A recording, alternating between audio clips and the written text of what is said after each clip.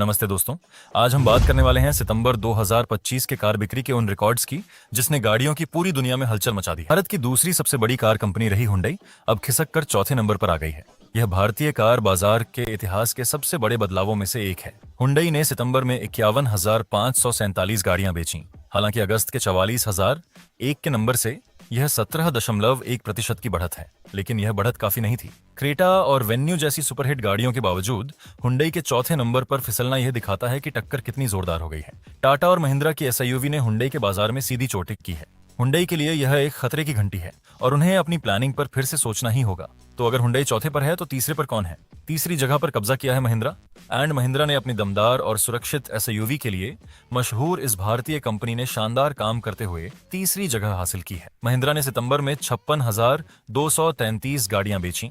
अगस्त में यह नंबर 39,799 था। ये 42.7% का एक बहुत बड़ा उछाल है। Scorpio, N, XUV7, double O और थार का जादू लोगों के सिर चढ़कर बोल रहा है। इन गाड़ियों के लिए लंबे इंतजार के बाद भी लोग इन्हें खरीदने के लिए तैयार हैं। महिंद्रा ने साबित कर दिया है कि अगर आप भारत के लोगों को वो चीज दें जो वो चाहते हैं, यानी कि दमदार, सुरक्षित और फीचर्स से भरी एसयूवी, तो आपको और ज्यादा पसंद करेंगे।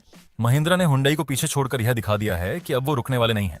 अब सवाल यह है कि अगर महिंद्रा तीसरे पर है तो दूसरे नंबर का ताज किसके सिर सजा है?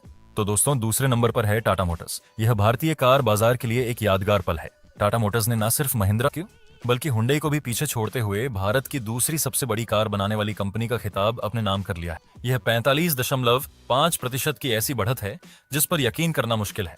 टाटा की कामयाबी के पीछे उनकी नई और सुरक्षित गाड़ियों की पूरी लाइन है। पंच, नेक्सॉन, हैरियर, सफारी, इन सभी गाड़ियों ने अपनी अपनी कैटेगरी में धूम मचा रखी है।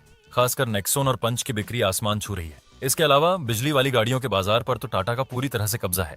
टाटा ने डिजाइन, सुरक्षा और टेक्नोलॉजी पर जो ध्यान दिया है उसका फल उन्हें अब मिल रहा है। यह हर भारतीय के लिए गर्व की बात है कि दो भारतीय कंपनियां अब दूसरी और तीसरी जगह पर हैं। और अब पहली जगह की बात करें, यहाँ कोई हैरानी की बात नहीं है। पहले नंबर पर हमेशा की तरह खड़ी है मारुति सुजुकी, भारतीय कार बाजार का बादशाह।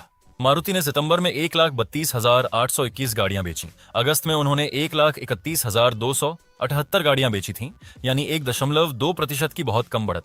मारुति की बिक्री इतनी ज्यादा है कि दूसरे, तीसरे और चौथे नंबर की कंपनियों की कुल बिक्री को मिला भी दें तो भी वो मारुति के पास नहीं पहुंचती। ये मारुति के बाजार पर पकड़ को दिखाता है।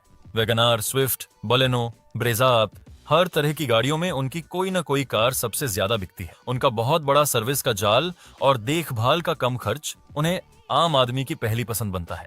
हालांकि उनकी बढ़त की रफ्तार कम हुई है, जो यह इशारा करता है कि टाटा और महिंद्रा जैसी कंपनियां अब उन्हें कड़ी टक्कर दे रही हैं।